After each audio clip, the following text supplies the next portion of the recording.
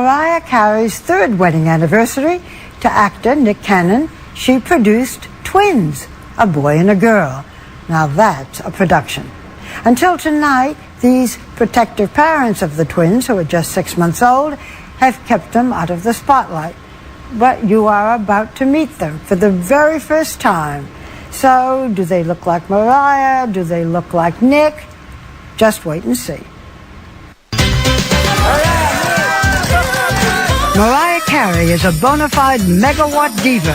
With more #1 singles than Elvis, she is Billboard's best-selling female artist in history, with a net worth estimated at $500 million. Nick Cannon, her second husband, is a comedian and emerging star in his own right. He is everywhere. New York's #1 radio show, TV's America's Got Talent, Are you ready? and even an executive at Nickelodeon. The couple met in 2005 when Nick introduced Mariah at the Teen Choice Awards. I always say I spoke our relationship into existence, because every time I did an interview or people would ask me who my celebrity crush was, I would always say Mariah Carey. Different people would tell me, they would say, oh, this dude, Nick Cannon, he really likes you. I was like, yeah, whatever, okay, sure. So I never believe that anybody really likes me. I always think it's like a practical joke or something of some sort. Is it true that on your back you have a tattoo that says Mariah Forever? Absolutely. Well, not forever. I should add forever to it. Well, forever is my fragrance, so you'd be a wonderful Billboard. It's on my back forever. It just says... No, it just says Mariah. Maybe I should add forever. Forever or not, for now, the perks of marriage to Mariah Carey are pretty good. The couple divides their time between her homes in L.A. and this 12,000 square foot penthouse apartment in New York. In 2006, Mariah, then single, gave us a glimpse of what selling nearly 200 million albums can buy you. Mariah, I've never seen anything like this. It's like a movie set. Well, that's a pretty big statement coming from you.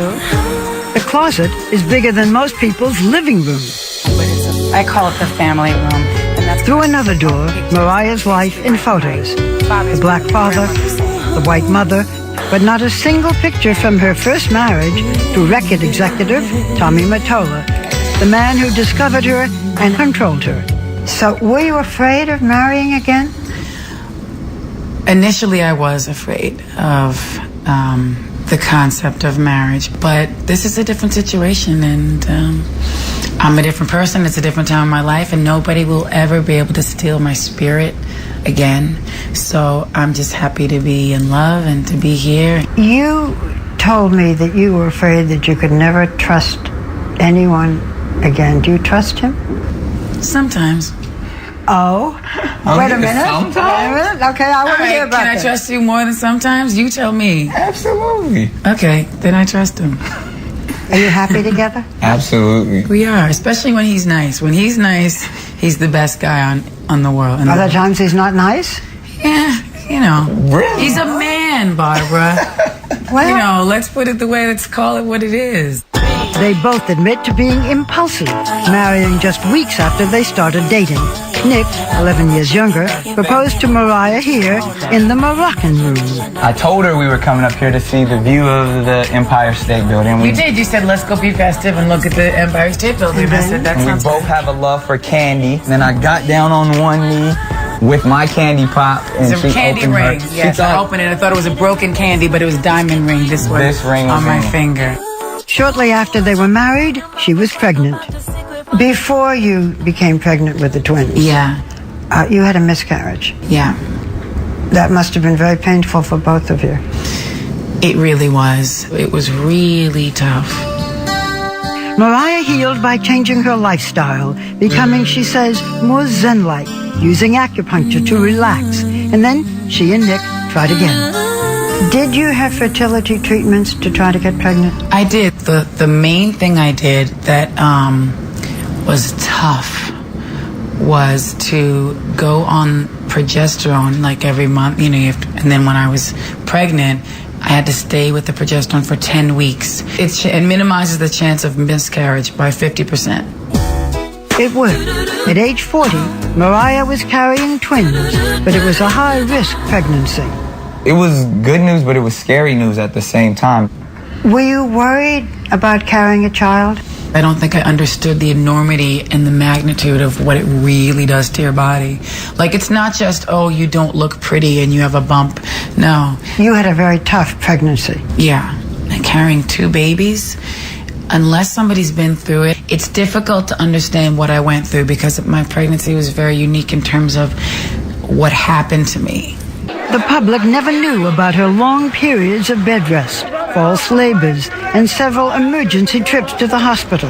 What we did see was a very pregnant, very public, yet irrepressible Mariah releasing a Christmas album, performing for the president, even showing up in the Home Shopping Network to sell her clothing and jewelry lines. So much. Why are you showing me, you guys? I'm thanking you, and you promised not to show me like this. You also took some photographs. Yes. That I have. Oh, boy, those. Some of them are with you cupping your hands over your wife's breast. Weren't you a little embarrassed? You know what? We were just trying to have fun. I still believe they're some of the most beautiful photos. You know, they are beautiful.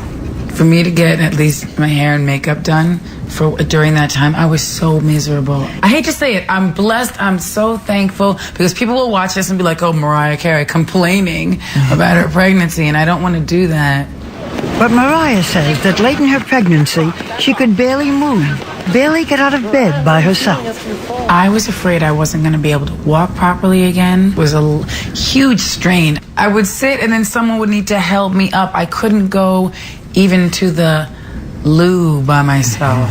I was just like, what are we doing? Are we going to the hospital? No, I'm going to stick it out. I'm going to keep taking this medicine to keep these babies in. So they could be born full term? Yes, I wanted them to be. But I made it to 35 weeks, and then the doctor said it wasn't safe anymore. Then you had a C-section? Yes. By the end, 2 of her conditions went from difficult to dangerous.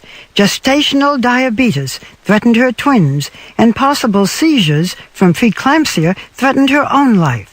So on April 30th, the couple's 3rd wedding anniversary, Mariah, with Nick playing DJ in the delivery room, gave birth. You had music going? I had to make sure, like I said, Doc, when you're getting ready to pull them out, make sure I could cue the music. Yeah. I had the camera, the lighting was right.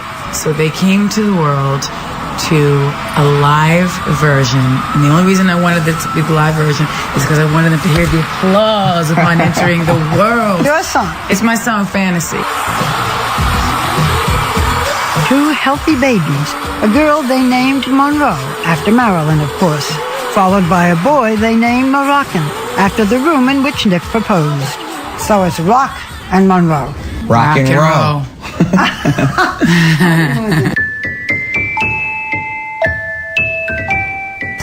The little prince and princess, let me see.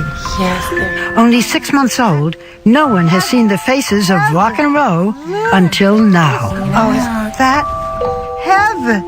Look, you're so good. And they're all dressed up. They are. dear. We tried to doll them up for you. Hold up the only baby picture of Mariah, and there is an unmistakable likeness between mother and son. But either of the twins inherit their mother's magical voice. Who's gonna take your place? There ain't nobody bad. All rocky, we belong together. Is that what we do? Do we belong together? I think we do. Nick, you said recently that you want your children to do something greater than entertainment. I think society puts too much on entertainment and entertainers. They praise them like their royalty, especially in America, when it should really be about the teachers or, the doctors. I want them to be able to sing as beautifully as their mother. I want them to be able to play instruments and everything, but I want them, go get a PhD. It's kind of one or the other sometimes. I hope not. You gotta do the music thing first. We got little geniuses. They can do it all. No, they're incredible, but I will say that they really respond to music. But I want to make sure we get education first. That's all. What does this marriage and these babies give you? My family gives me everything. Unconditional love means the world to me. I mean, it's completion. It's just love. It's a beautiful place to be.